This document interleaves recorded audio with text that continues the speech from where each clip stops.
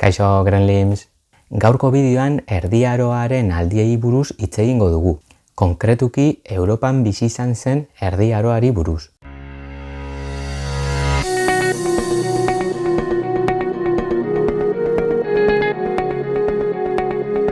Jakin behar duzun lehenengo gauza da, Erdi Aroa Aintzina Aroa eta aro modernoaren arteko aro bat dela. 5. mendean hasi zen eta 15. mendean bukatu zen. Bere abia puntua 476. urtea da. Urte horretan, Mendebalde Erromatar Inperioaren desagerpena gertatu zen. Eta 15. mendean bukatu zen, Konstantinoplaren konkista gertatu zelako eta Europarrak Amerikara heldu zirelako. Baina nola banatzen da Erdi Aroa? Normalean historialariek 2 ataletan banatzen dute, baina kasu honetan 3 atalei buruz hitz egingo dugu. Lehenengoa Goi Erdi Aroa du izena, bigarrena Erdi Aro betea, eta azkena Behe Erdi Aroa. Baina ze aspektu konkretu ditu bakoitza? Ze gertatzen da atal bakoitzan?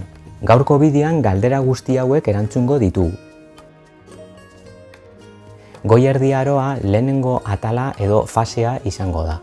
Fase honetan, aspektu oso konkretuak aurki dezakegu. Alde batetik, herri germaniarren inbasio handiak. Bestetik eta horren ondorioz, Erromatar Inperioaren erorialdia. Gogoratu garai horretan Erromatar Inperioa 2 unitatetan zatitu zela. Ekialdeko Erromatar Inperioa eta Mendebaldeko Erromatar Inperioa. Ekialdeko Erromatar Inperioa Bizantziar Inperioa ere bai deitzen zen, eta garai horretan sortu zen. Mendebaldeko Erromatar Inperioa erori zen, eta horren ordez monarkia germaniarrak eratu ziren.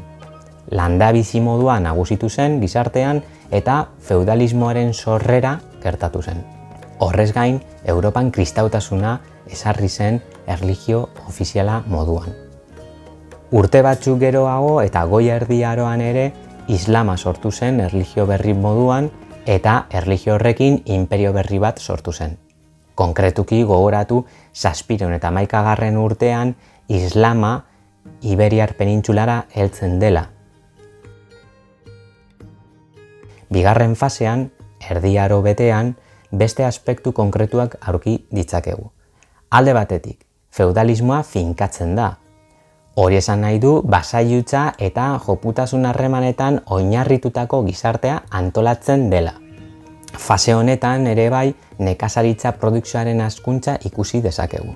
Erdi Aro betean ere bai hiriak eta burgesia sortzen dira eta handitzen ari dira. Konkretuki artisaua eta merkataritza arloan. Erdi Aroko 2 arte oso garrantzitsuak ikusi dezakegu. Alde batetik arte erromanikoa eta bestetik arte gotikoa.